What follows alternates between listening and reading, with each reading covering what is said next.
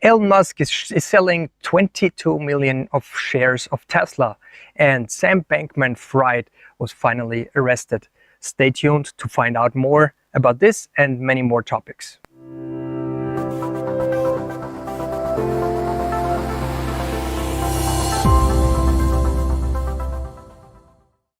Hello and Katching! This is Bernie with the weekly Catching Up, and I'm giving you an update what's going on in the world currently. So first of all, the European government or the European Central Bank decided they will raise the interest rate by 0.50 basis points, and this is accordingly to all the other countries like the US or the Great Britain.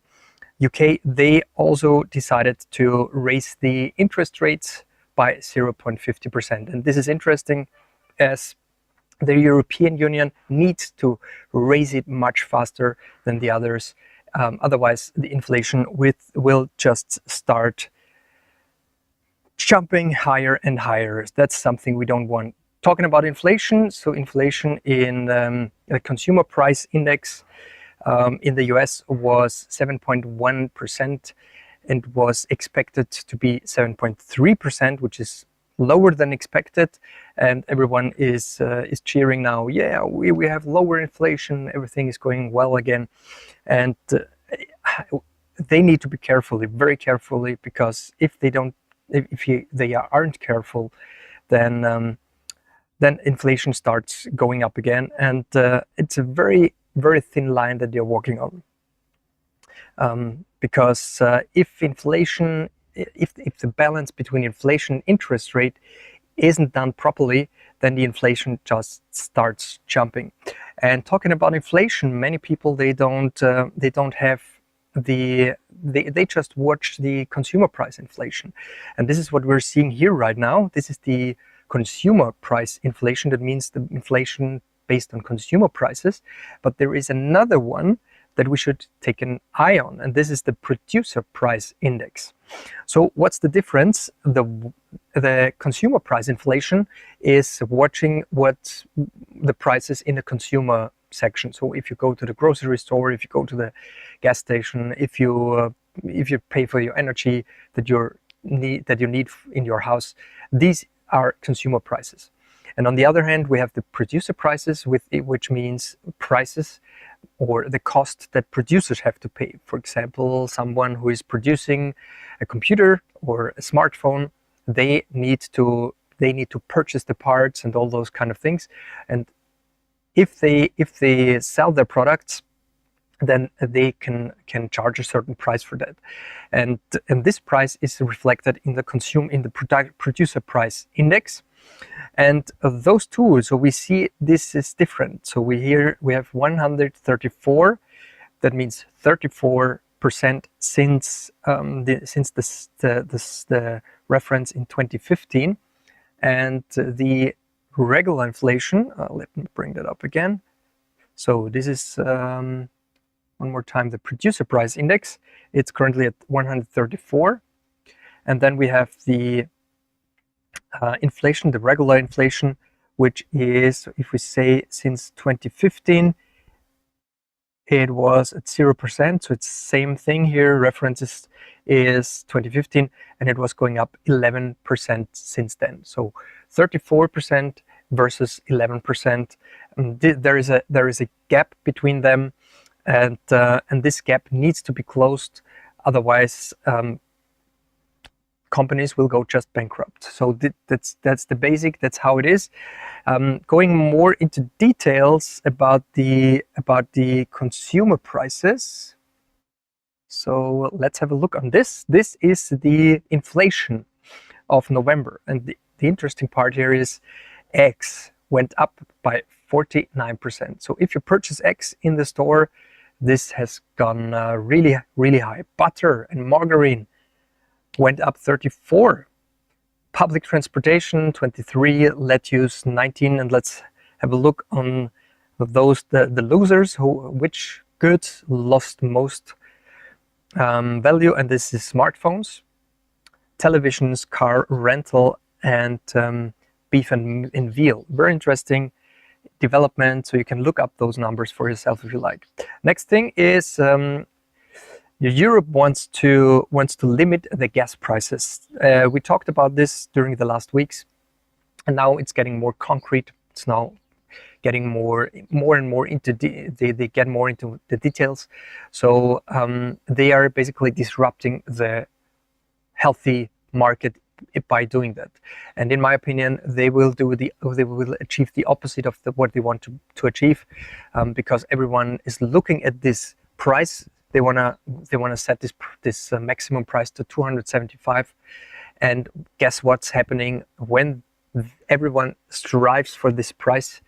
You will reach it. So if they are implementing this price gap, this price cap, then this price cap will be reached very soon, because everyone is expecting it to come closer very soon. And if everyone is expecting it, then this is becoming a self-fulfilling prophecy, and we will see the prices going higher. Next topic, very interesting. Elon Musk sells another chunk of Tesla shares. So he already sold many shares, and now he's sold 22 million shares. I looked it up. In total, there is a supply of 3.2 billion shares in circulation, and the 22 million is just a very, very small slice of that. So he's not losing very much when he's selling that, and he's making a $3.6 billion value out of that, or he takes it in cash. I assume he needs that for his Twitter deal. So Twitter is still in the making, still in a rebuild phase. They are doing many things, and I also had a look on the Tesla stock here, the Tesla share. It seems you can't watch it right now. Yeah, it doesn't let me in right now. So Tesla share, I watched it, and it's still overvalued, but the valuation has come down. So what is interesting with Tesla is they have a very low debt. So their debt rate is 0.15. That means for $1 of equity, they have 15 cents in debt, and this is really a good value. So nevertheless, their book value is something around 20 euro, and the stock is currently trading at 158. So there is still a lot of future priced into the stock. Nevertheless, people start acquiring Tesla shares again as Elon Musk is selling them. So before we come to the crypto space, here is our TikTok. Again, follow us on TikTok. Catching Secrets 1 is our TikTok handle. Search for it, and you will find us on TikTok on the channel, and we will post frequently there and have some fun there. Next topic, cryptos. Let's move to the crypto world. Sam Bankman Fried, or Scam Bankman Fraud, as I call him, was finally arrested on the Bahamas, and he was accused now of conspiracy to defraud. You can read it: wire fraud, securities fraud, money laundering. Surprise, surprise. So finally, we see this marionette coming to jail, or coming to the court at least. What I believe, that this is not the whole story. That this Scam Bankman Fraud, this guy was just standing in front of something else. There are other people in the background, in my opinion. So because I still can't believe that one person, or just a few of those kiddies, that they are fooling everyone. All the SEC, all the Sequoia Capital, Kevin O'Leary, all the investors around him. So Silvergate, the institutional bank, they fooled everyone, and I cannot believe that this was possible. So another thing that came out is that Bahamas, they asked SBF to mint new coins after the FTX collapse. So they wanted to mint him, so create new coins, new cryptocurrency coins. So that would have been the next fraud. And I don't know if they really have done that. The new CEO of FTX. So there is a transitional CEO on FTX right now, and he said they wanted to restore to all the systems. They wanted to get hold of the systems, and while they were doing this, they realized that something happened in the system, and just suddenly new coins have been minted. So it seems that SBF, Scam Bankman Fraud, that he was just in the system, still in the system, and doing certain things there. So this story is getting wilder and wilder, and so be prepared. There's coming something new, even something more of this dark FTX castle, and we will learn a lot of things out of that. So next thing is SBF wants to start a new business. Officially added as hearing witness. You can read it here. That means he wants he says he wants to recover the funds of the people. Wow, he's such a good boy. Yeah, that's what he tells us. And as we know from the past, and this is the learning here, if someone scams people and then he tells them, I do another business and we will get back your money, the probability is very high that this never will happen and that you will lose even more money. It's just the next level of taking more of your money. And this is what will happen if you are trusting this guy again in one of his next businesses. Then you will lose money, lose even more money. That's for sure. That's something I can promise you. And as I told you, the FTX dark castle story continues. FTX was purchasing real estate on the Bahamas worth $256 million.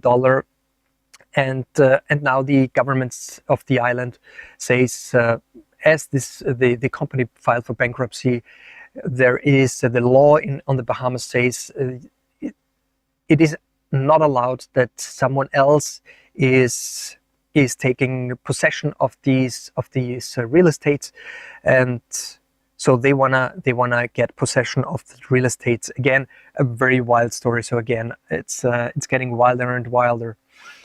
Next thing is, and again here we have a big learning. Binance stopped temporarily, I think it was on Tuesday, withdrawals of USDC. The USDC is a stable coin, and stable coins, they say there were concerns that everything is breaking down again due to the FTX stuff. And as USDC is a stable coin where other cryptocurrency exchanges are involved, they say they want to switch from USDC, so they want to get out of USDC. They have a token swap. That means they want to get from one token to another token, and they want to get out of USDC, at least partially, and move into another stable coin. And for this, they say they wanna just freeze the current portfolio, the current assets of USDC. Then they do the transition, the transformation, and then the withdrawals will be up again. And again, what we learned from that: never keep your coins on the exchanges. So always move them away from the exchanges. Very important. Just trade them, just invest whatever you need to do on the exchange, put it there, and then remove it again back to your private wallet. And this is crucial as well. Use private wallets because they give us the security that we need. And this is what we should have an eye on. Next thing in Binance, due to this report of the USDC and so on, everything is built upon trust. And when trust diminishes, then people start doing actions. And that's what happens here. Binance withdrawals were surging, and there was a huge outflow of funds from Binance. the net difference between income and outflow was $902 million. I mean, Binance is holding $65 billion in assets, so this is basically not very much. But again, what we learn out of that is move away your assets from Binance if you don't trade them, if you don't need them there. All right, having covered all the topics from today, we will move on to our Pi investment. So what is our Pi looking like? I will open it up for you, so I hope you can see that. Yes. So this is our Pi. I will just, yes. Now you see the Pi. Currently it's down by 10% this week. And this week is investing time again. And this week we will also add some new instruments to the Pi. If you don't know what this Pi is, if you don't know what I'm talking about, we have on YouTube, we have our playlist called Invest Yourself to Freedom with a Pi. Just open up this playlist. There are 5+1 episodes, each 15 to 20 minutes, where you will learn exactly this very simple strategy. You can manage that with spending just 15 minutes per week, and you will manage your investments. And always remember, we're currently in a time where everything is going down. We have seen stocks and everything going down by up to 50, 60, 70%. And that's why our Pi currently is also in negatives. But as soon as we go up again, and this will happen sooner or later, our Pi will recover very soon. And this is another thing that I wanted to mention. So even though if it looks like that the world is breaking down, so we need the fourth pillar of a successful investor: time and patience, and the fifth pillar: psychology and mindset. So don't get disturbed by anything. Keep to your strategy. This is a long-term game. What we are playing here, this is a long-term strategy. The Pi challenge is a long-term strategy. So let's dive into the, can you see me? Oops, I think you might not. Yeah, so let's, I think it was a bit big here. Okay, now we got it. So this is the Pi, and we added the Pi first before we are investing. And what I want to add is the company of the richest man in the world. So Elon Musk is not the richest man anymore in the world. This is LVMH. The ticker is MC. This is the company from how's it called? Forgot the name right now. But he is now the richest man on earth, and this is the company of him. And I believe in the future that this company will benefit from the world, from what's going on. So I'm just clicking on this. I'm clicking on next, and now you see the total value is 110. So we need to bring it down. First of all, I just want to invest 5% here. And additionally, I would want to bring down another value here. So let's say, what else do we need? What do we bring down? Let's say we bring down Nike by 2%, by 3%, and Meta by 2%. And now you see 100% again. We saved this. Now it's time to invest, and it's automatically, when we invest here, we need to look up how much we invest in our spreadsheet. But so our current Pi is 1616.97. I'm switching over to our spreadsheet, entering here today's date, 16.12 of 2022. Now, what's the balance? The current balance of our Pi, it's 1616.97, 1616.97, which is a loss. That means we have to invest the higher amount. We have to invest 93.75.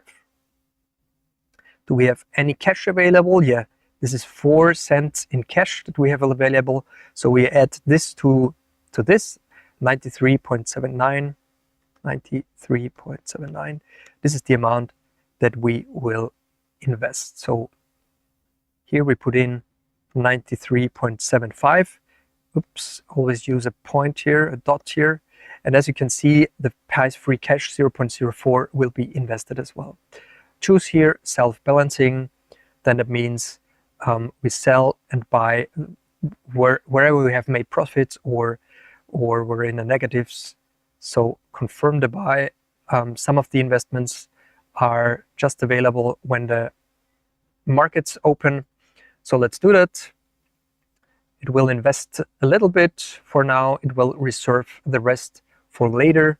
And as soon as the stock exchanges are opening up, we will invest the rest of the fest. So blocked for pending orders, 22.53. We have 3 funds of 310665. That's also important because that's something we have to enter here. So extra amount, nothing. Then we have 3106.65, 3106.65, 0. And that's where we are currently.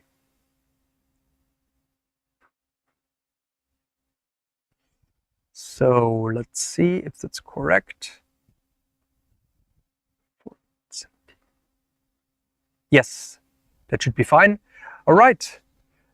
That was basically our pie challenge. Now we're waiting again for the next week. What's coming up here, what's coming up there. And I hope you enjoyed it this week. And we will meet next week. Happy investing.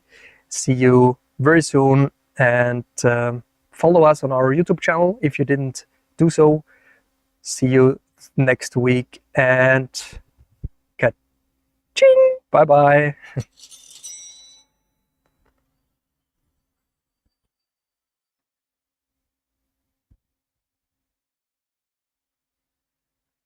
Please be aware, we are no financial advisors. We do not provide any advice. We only share our experience and our results are not typical.